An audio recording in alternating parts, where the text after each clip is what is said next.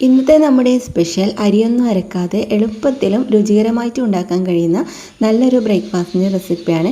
ഇതിന് സൈഡായിട്ട് നമുക്ക് കറി പോലും ആവശ്യമില്ല. അപ്പോൾ നമുക്കിതെങ്ങനെ തയ്യാറാക്കുന്നതെന്ന് നോക്കാം.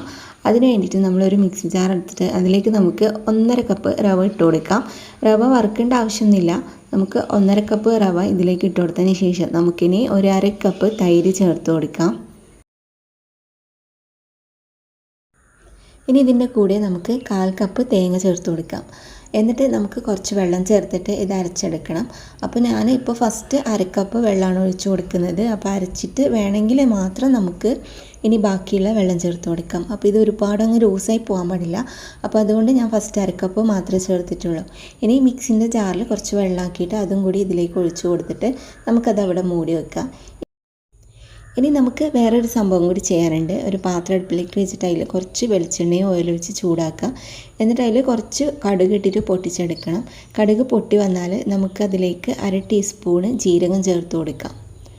അപ്പോൾ ജീരകം കൂടി ചേർത്തതിന് ശേഷം പിന്നെ നമ്മൾ ഇതിലേക്ക് ചേർത്ത് കൊടുക്കുന്നത് ഒരു ഉള്ളി ചെറുതായിട്ട് കട്ട് ചെയ്തത്, 2 പച്ചമുളക് കട്ട് ചെയ്തത്, പിന്നെ കുറച്ച് കറിവേപ്പിലയും പിന്നെ ചെറിയൊരു കഷ്ണം ഇഞ്ചി ചെറിയ ചെറിയ കഷ്ണങ്ങളാക്കിയിട്ട് ചോപ്പ് ചെയ്തിട്ട് അതും കൂടി നമുക്കിതിൻ്റെ കൂടി ഇട്ട് കൊടുത്തിട്ട് ഒന്ന് വഴറ്റിയെടുക്കാം.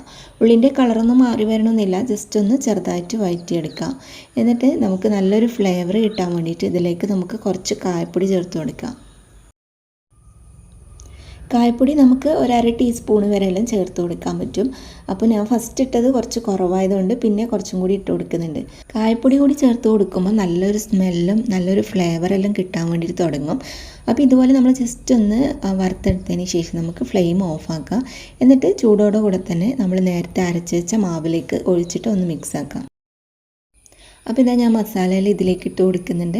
പിന്നെ ഈ മാവ് റെസ്റ്റ് ചെയ്യേണ്ട ആവശ്യമൊന്നുമില്ല കേട്ടോ. ഞാൻ പിന്നെ ഈ മസാല ഉണ്ടാക്കുന്നത് വരെ മൂടി വെച്ചു എന്നേ ഉള്ളൂ. നിങ്ങൾക്ക് വേണമെങ്കിൽ മസാലയെല്ലാം തലേ ദിവസം തന്നെ റെഡിയാക്കി വെച്ചിട്ട് രാവിലെ പെട്ടെന്ന് തന്നെ ഉണ്ടാക്കാൻ പറ്റുന്ന നല്ലൊരു ബ്രേക്ക്ഫാസ്റ്റാണ്. അപ്പോൾ നമ്മൾ മസാല ഈ മാവിലേക്ക് നല്ലപോലെ മിക്സാക്കിയിട്ട് എടുക്കുക.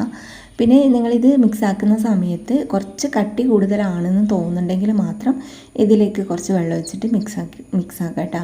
ഒരുപാട് അങ്ങ് ലൂസായി പോരുത്. ഞാനിപ്പോൾ ഇതൊരു 1/4 ഗ്ലാസ് വെള്ളം കൂടി ഒഴിച്ച് കൊടുത്തിട്ടുണ്ട്. അപ്പോൾ ഇതാ ഈ ഒരു കട്ടിയിലാണ് നമ്മൾ മാവ് റെഡിയാക്കേണ്ടത്. പിന്നെ ഈ സമയം വരെ ഞാനിതിൽ ഉപ്പ് ചേർത്തിട്ടില്ല. അപ്പോൾ അതുകൊണ്ട് നമുക്കിനി ഉപ്പ് ചേർത്ത് കൊടുക്കാം. പിന്നെ ഒരു നുള്ള് ബേക്കിംഗ് സോഡ കൂടി നമുക്കിതിലേക്ക് ഇട്ട് കൊടുക്കണം. ആവശ്യത്തിന് ഉപ്പിട്ട് കൊടുത്തിട്ടുണ്ട്. ഇനി കുറച്ച് ബേക്കിംഗ് സോഡയും കൂടി ചേർത്ത് കൊടുത്തിട്ട് നന്നായിട്ടൊന്ന് മിക്സ് ആക്കാം. എന്നിട്ട് നമുക്ക് അപ്പോൾ തന്നെ ഇത് ഉണ്ടാക്കാൻ വേണ്ടിയിട്ട് തുടങ്ങാം. നല്ല കുഴിയുള്ള പാത്രം ഉണ്ടെങ്കിൽ അതന്നെ നോക്കിയിട്ട് എടുക്കുക. അതല്ലെങ്കിൽ നമ്മൾ പാലപ്പല ഉണ്ടാക്കുന്ന ഇതുപോലത്തെ നോൺ സ്റ്റിക്കിൻ്റെ പാത്രമായാലും മതി. എന്നിട്ട് നമ്മൾ കുറച്ച് ഓയിലോ വെളിച്ചെണ്ണയോ മറ്റോ ഒഴിച്ചിട്ട് ചൂടാക്കിയതിന് ശേഷം നമുക്കൊരു 1-2 സ്പൂണ് മാവ് ഇതിലേക്ക് ഒഴിച്ച് കൊടുത്തിട്ട് മൂടി വെക്കുക. എന്നിട്ട് പിന്നെ നമ്മൾ ലോ ഫ്ലെയിമിലേക്ക് മാറ്റി കൊടുക്കണം. അപ്പോൾ ലോ ഫ്ലെയിമിൽ തന്നെ വെക്കണേ, എന്നാലും ഇതിൻ്റെ ഉൾഭാഗം നല്ലോണം വെന്ത് കിട്ടും. അപ്പോൾ മേലത്തെ ഭാഗം ഇതുപോലെ പൊന്തി വന്നിട്ട് ഡ്രൈ ആയിട്ട് വരും. ആ സമയത്ത് നമുക്ക് മറിച്ചിട്ട് കൊടുക്കാം. അപ്പോൾ നമ്മൾ തിരിച്ചിട്ട് കൊടുത്തിട്ട് മറ്റേ ഭാഗവും കൂടി നല്ലോണം ഒന്ന് വേവിച്ചിട്ടെടുക്കുക. കുറേ സമയമൊന്നും വേണ്ടി വരില്ല കേട്ടോ. കുറച്ചൊരു 5 മിനിറ്റെല്ലാം മതിയാവും. 2 സൈഡും നമ്മൾ ഒരേപോലെ കുക്ക് ചെയ്തിട്ട് എടുക്കാം. അപ്പോൾ ഇതാണ്ടോ നമ്മുടെ ബൻ ദോശ റെഡി ആയിട്ടുണ്ട്. അപ്പോൾ രാവിലത്തെ തിരക്കിൻ്റെ ഇടയിൽ നമുക്ക് അരി അരക്കാനൊന്നും സമയമില്ലെങ്കിൽ പെട്ടെന്ന് ഉണ്ടാക്കാൻ പറ്റുന്ന നല്ലൊരു ബ്രേക്ക്ഫാസ്റ്റാണ്. അപ്പോൾ ഇതിന് കറിൻ്റെ ആവശ്യമൊന്നുമില്ല. എന്നാലും ഒരു സൈഡായിട്ടൊരു ചട്നി എല്ലാം വേണമെങ്കിൽ നമുക്ക് ഇതിൻ്റെ കൂടെ കഴിക്കാം. അപ്പോൾ ഒരു പ്രാവശ്യമെങ്കിലും ട്രൈ ആക്കി നോക്കാം. ഈ വീഡിയോനെ പറ്റിയിട്ടുള്ള എന്തെങ്കിലും അഭിപ്രായം ഉണ്ടെങ്കിൽ നിങ്ങൾക്ക് കമൻറ്റിലൂടെ അറിയിക്കാം. അപ്പോൾ ഇന്നത്തെ ഈ ഒരു റെസിപ്പി നിങ്ങൾക്ക് എല്ലാവർക്കും ഇഷ്ടപ്പെട്ടെന്ന് വിചാരിക്കുന്നു.